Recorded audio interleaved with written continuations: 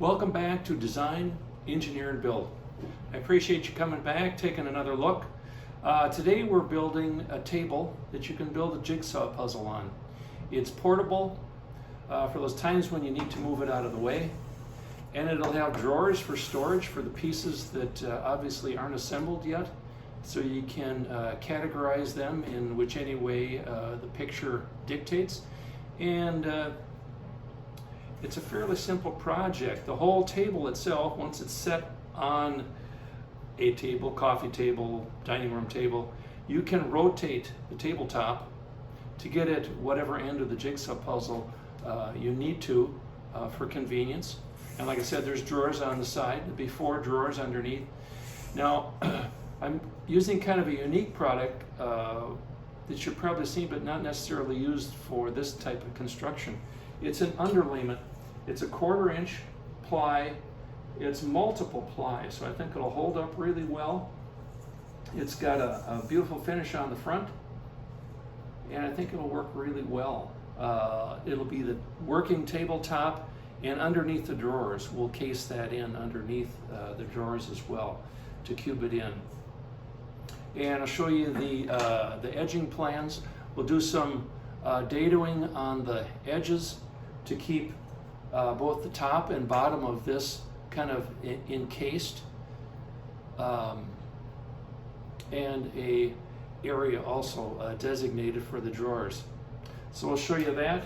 The nice part about this as well is it comes in an unusual kind of size, at least for most plies. It comes in a 4 foot by 5 foot ply, which works perfect for the size of the table that we're going to make, and really has very little waste. In fact, this is one of the pieces of waste here, which is the biggest one actually so far. So I'm cutting the length of it now, cutting the 4 foot length, and I'm cutting that at 22 3/4 because I'm going to have a 3/8 inch dado on either side to eat up that 3/4, because I want the width of the table to be 22 in total.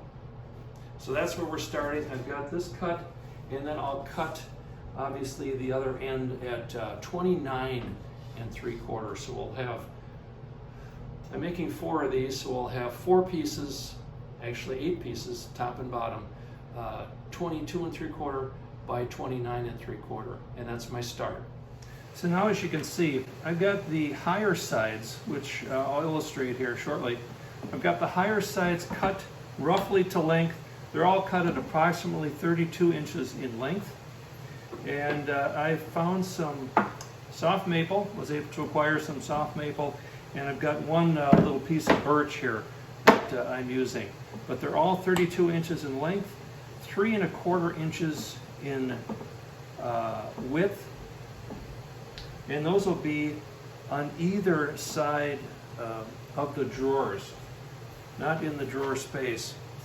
And if I can illustrate here just a little bit, this is what I'm planning on doing with those.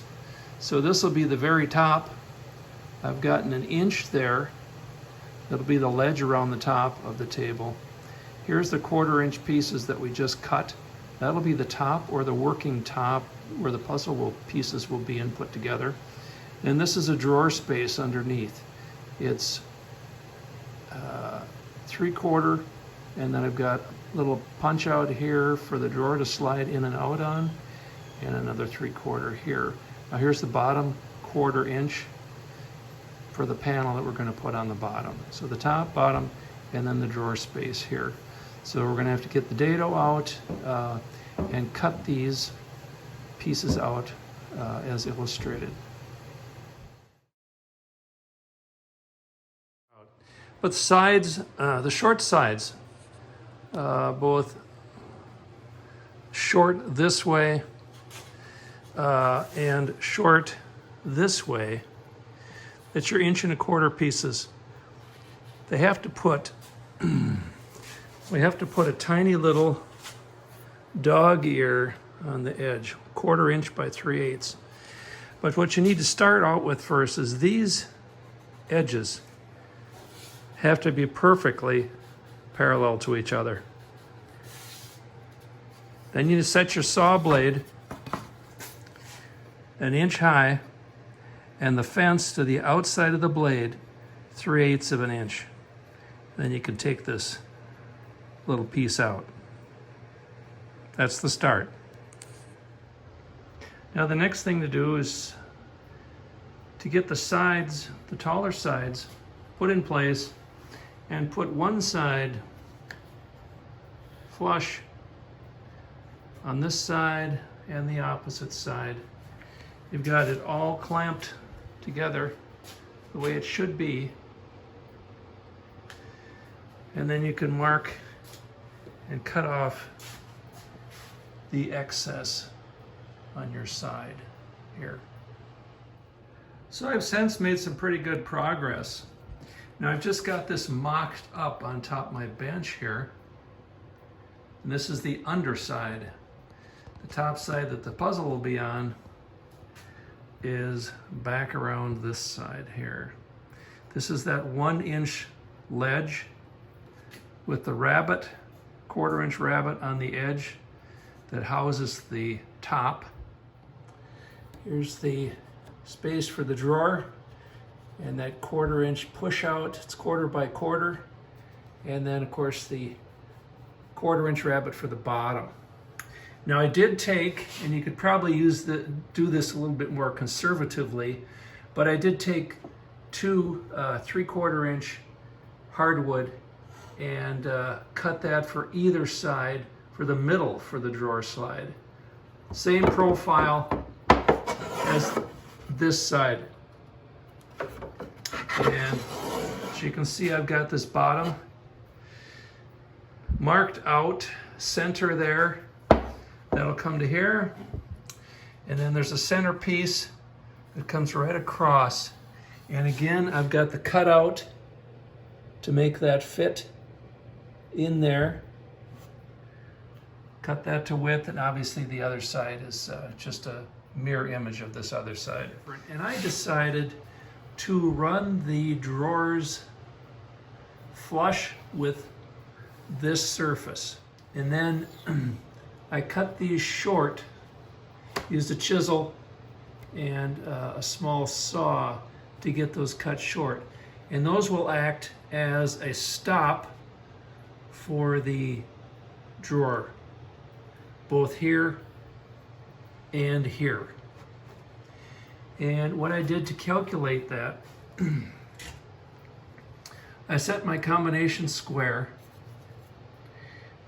after measuring the wood that I'm going to use for the face of the drawer, and set that right up against here for that, and also used it to measure this, and that's where I got those distances. Now since these pieces on the ends, these short ones, are flush on either side, I think that would be a great place to start. So I'm going to throw some glue in there, and we'll throw a few pin nails in there to hold it in place. And put some 1 inch pin nails in there. So far in the assembly process now, we've attached these. I put little pin nails in there to hold that in place. That's been clamped and glued. Both sides. And I put these sides, put glue down that 1/4 inch dado that we put in there, and fit that on there on both sides, and those have been clamped and glued. I put the center piece in. I put brad nails on either side of this. This has been glued along here, this face, and I stood it up, and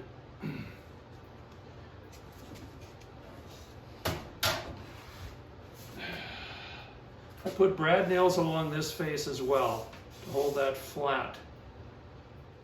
Now I've since taken the clamps off. Actually, I let the glue dry overnight. Clamps are off, and the next thing, of course, is to put the bottom on. The bottom measurement is, of course, the distance from here to here, which should be about 29. This one happens to be a little shy, I'm not sure why, but it is. Then cut your bottom panel. You've already had the widths cut. So I've got that cut, and then I took the center lines off of the side, transferred that onto the bottom for my nailing, and then we'll glue and nail that on. And then we're finished with the main body. Now finished product. Not to beat a dead horse, but in the field here, across here and across here, I use brads. And right along the edge where it's glued as well, I use pin nails. If you don't have a pin nailer, they are wonderful for that tiny little margin that was there. It's just a 1/4 inch wide, and that worked really well. And since I have filled the nails, as you can see, and I'll let that dry, and we'll be off to the sander after that. Finish things up. I want to touch briefly on the drawers, at least the assembly that I did. It's got a 1/4 inch bottom, got 3/4 inches on either side because we had to accommodate the 1/4 by 1/4 inch dado in it. And I made the width of that at 1.5 inches.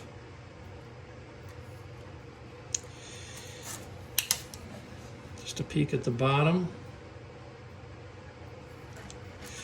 I did extend the drawer faces beyond that 1.5 inches to 2 inches, so that when it does shut, it does enclose and cover that 1/4 inch bottom at the bottom of your jigsaw puzzle table. Again, screw eyes for the handles. You can get fancy if you want to. Otherwise, that's pretty much it, and they're all the same.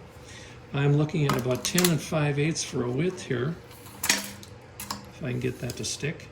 10 5/8 by about 12 3/4 for length. You can make yours slightly longer if you want, or shorter, but that's what I chose to do. And they all fit pretty much. They're all the same. So all drawers, regardless of how they're pulled out, will fit in any of the 4 slots. Now this is the base. I can zoom out here a little bit, you can see. I determined the center for this Lazy Susan, and then you have to intentionally pick one of these screw holes here that you're going to use to screw it down. And then if you can see right back in here, they have a hole, and that is to secure through that hole and for this top plate to be screwed onto the bottom of this, if that makes any sense. So I will apply this, screw this in with my 4 screws, and I'll show you what I mean. Now this is the bottom of the jigsaw puzzle box. Again, I determined the center and the particular ring of screws in that Lazy Susan. Just made a circle, and it will intersect on the side where we've got this solid maple, and give it a firm attachment this way. And then we've got one also going this way. It'll drill into that same maple, and I'm using 1-inch sheet metal screws, actually. My mess here that I'm working with. I'm just using 1-inch sheet metal screws for that. And for the base, which is only 3/4, just using some Trex or Tex 3/4 for that, to hold that down. Now looking through the back side of that hole that we had drilled in the base, and this is turned over now, so this will be the base side that sits on the tabletop. You find your screw, and you can obviously see you can turn that, and find that corresponding one on the top of here. Insert your screw and just go around the circle and attach the Lazy Susan. And one final detour, I got felt pads for the bottom. It's about 1.5 inches around. And I marked, and it may be a little anal retentive, but I marked 1 inch in on each corner. And put just a very small spot of CA glue, because these are notorious for coming off. They don't have a nice smooth surface, and this wood isn't exactly, it's not like Formica or stone or something, so they're not going to stick quite as well. Anyway, just a little insurance, put those on each corner and turn it over, see what it looks like. Now as you look at it, it looks like it could be done. Turns fine, it's on its base. One thing that I did do, I made all the drawers the same. So it leaves this little bit of a gap. So I'm gonna cut a piece of maple, just like this, 1 inch by 2 inch, same as the drawer face height.